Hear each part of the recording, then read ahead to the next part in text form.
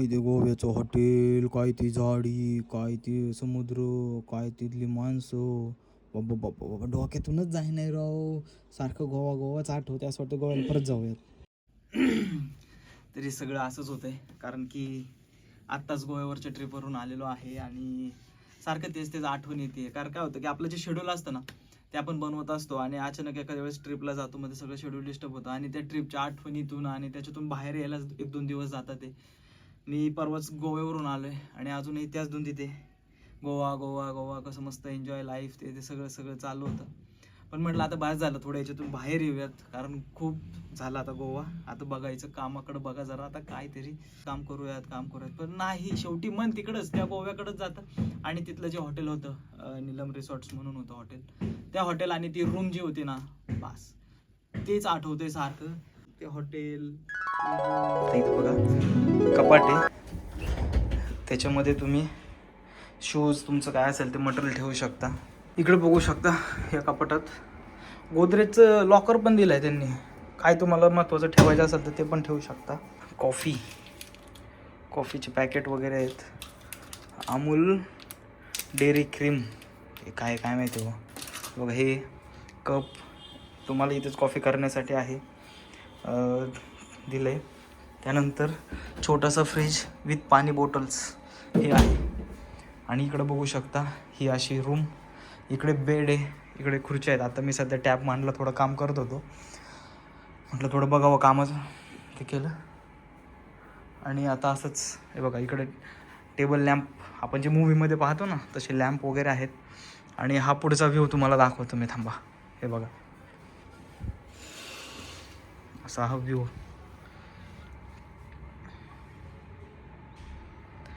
हे बघा असं हे स्विमिंग पूल आहे, तिथे स्विमिंग पूल आहे आणि बाकीच्या रूम्स वगैरे आहेत. असं हे आहे. आणि मेन गोष्ट, आता हे इकडं बेड आहे, इकडं वॉशरूम आहे. आता तिकडे जाऊयात आपण. असं हे बघा इकडं टॉयलेट, इकडं मिरर, इकडं आंघोळीला सगळी सोय आहे असं. आणि सगळ्यात जास्त आवडलेली गोष्ट म्हणजे ना, हे बघा हे काय काय आहे बाबा. शॉवर कॅप, म्हणजे आंघोळ करताना तुम्हाला जर कॅप घालायची असेल तर ते 2 शॉवर कॅप दिल्यात. हे काय आहे, सोप, ही साबण आहे 2. ह्याच्यात काय आहे, शेविंग किट, तुम्हाला दाढी करायची असेल तर ते किट. आणि डेंटल किट, दात घासायचं ते पण आहे. थांबा बघू आपण नक्की काय दिलं यांनी. एकच मिनिट यार, उघड ना बाबा यार, नको, पॅकेट आहे. Dental kit, I think brush असेल. हां ब्रश आहे, ब्रश पण दिलं आहे राव. ब्रश हे असणारच ना रे, 5,000 रुपये पर डेचं चार्जेस आहे इथं, मग एवढं असणारच ना. हो का, एवढं सगळं दिलं यांनी.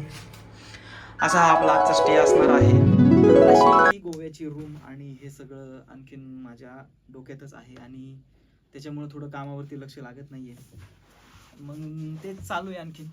तर मग आता काय करायचं, तर मग म्हटलं आपला जो चॅनल आहे तो हळूहळू ग्रो करतच आहे आणि इथून पुढे एक नवीन सिरीज आपण चालू करतोय, ते म्हणजे गणाभाऊचा डेली व्लॉग. याच्यामध्ये मी डेली व्लॉग टाकण्याचा प्रयत्न करणार आहे. आणि हे पहिलं मी सुरुवातीला 10 दिवसांचं चॅलेंज घेतोय की डेली एक ब्लॉग पडला पाहिजे, ते 10 दिवस.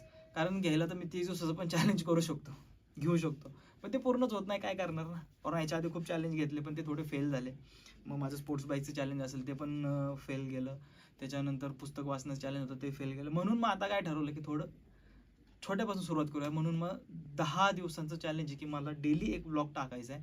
तो डेली 9 वाजता, रात्री 9 वाजता येईल असं मी अपेक्षा करतो, की रोज ब्लॉग डेली रात्री 9 वाजता एडिट होऊन अपलोड झाला पाहिजे.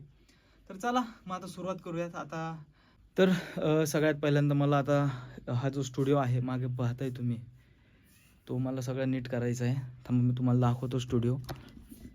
हा बघा, हा जो स्टुडिओ आहे सगळा इथं, आता हा माझं सगळं वर्किंग स्पेस आहे सगळी. इथं आपले पॉडकास्ट वगैरे शूट होत होते आधी. आत्ता लोकेशनवरती जाऊन शूट करतो मी.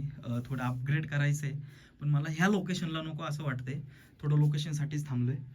त्यामुळे बघा आता इकडं सगळे शूट वगैरे करत होतो आणि इकडं सगळं आपलं एडिटिंगचं काम चालतं. हे बघा व्हिडिओ एडिट वगैरे सगळं काम इथं चालतं. चला मग आपल्याकडे जे जे मटेरियल आहे ते तुम्हाला दाखवतो आणि ते आपण व्यवस्थित लावून घेऊयात. चला. तर हा बघा, हा डिजिटेकचा ट्रायपॉड आहे. हा आपण शूटसाठी कंटिन्यू यूज करतोय. आता याला तर एका जागी प्लेस करून नाही जमणार, कारण की ना हा जो ट्रायपॉड आहे ना, हा प्रत्येक ठिकाणी वेगवेगळ्या ठिकाणी मी घेऊन जातो बाहेर शूटला, आउटडोअरला.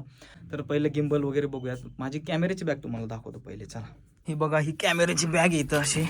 काय काय त्याच्यातलं खरं तर ना, मला ना याच्यातून आहे ना हे महत्त्वाचं आहे आपल्याला, गिम्बल.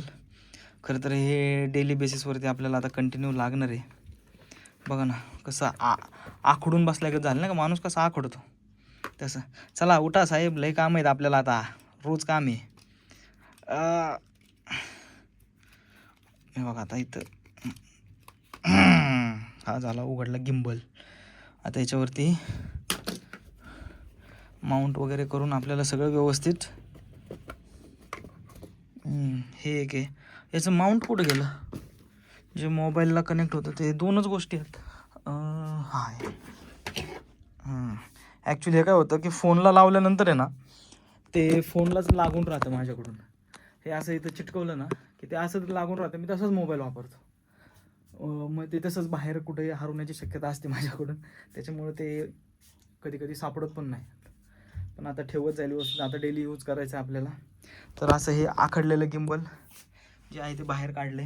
त्यानंतर पहिलं 1-2 ब्लॉग मी ना याच्यामध्ये शूट केले होते. हा नॉर्मल कॅमेरा होता, जे आपले सिंहगडाचे वगैरे आहेत ना ब्लॉग, ते याच्यामध्ये शूट केले होते. बघा, हा माईक वगैरे लावला होता त्याच्यामध्ये. हे घेऊन आम्ही, स्टिक होती एक माझ्याकडं, थांबा ती स्टिक पण दाखवतो तुम्हाला.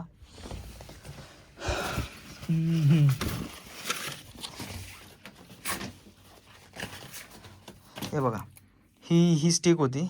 याच्यावरती कॅमेरा वगैरे ठेवून आहे ना ते ब्लॉग शूट केले होते मी पहिले.